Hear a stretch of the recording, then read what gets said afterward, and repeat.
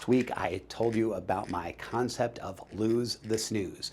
Now, I'm not sure if I had mentioned things like Hal Elrod's The Miracle Morning with Savers. I think I did, and you've got those 5 different things, and I mentioned that I think sometimes some of those things become difficult because we go from not doing any of it to having to do all of these different things, and we get overwhelmed by it. And all of a sudden, one day or 3 days later, a week later, we miss 1 or 2 of them, and then we kind of feel a little defeated, like, I had to rush out, so I didn't get my 10 pages of reading and my scribing, my journaling in.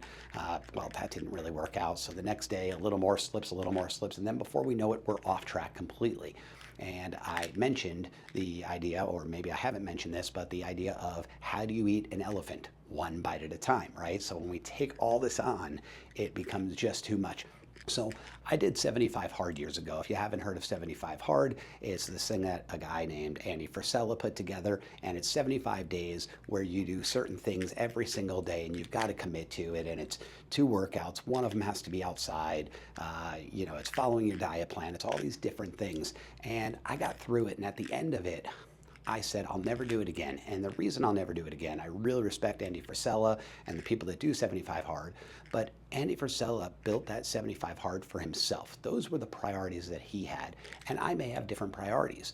Like I may have priorities of spending 10 minutes of quality time without the cell phone with my son, who's 19 years old. My daughter happens to be in Reno, so maybe getting on the phone with her and talking to her for a certain number of times per week or per month or what have you. Coordinating schedules is sometimes hard. She's a busy girl. But I'm going to have priorities that are more important to me. Now, I understand that what he's putting out there is for discipline, but pick the 5 things that are important to you.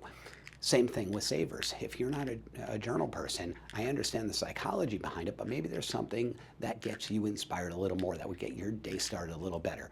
So other than lose the snooze, the couple things that I'll tell you just from a health perspective that I think are really important and they're easy ones to do is have a glass of water by your bed and drink a glass of water when you first start the day. Water is the body's elixir, and it is so beneficial for you health-wise.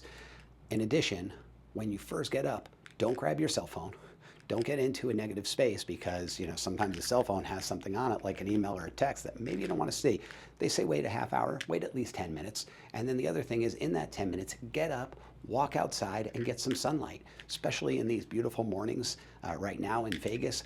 It's real easy to go outside, get some sunlight, just that 10 minutes, come back in, leave your cell phone behind, don't walk out with it. Then you can go check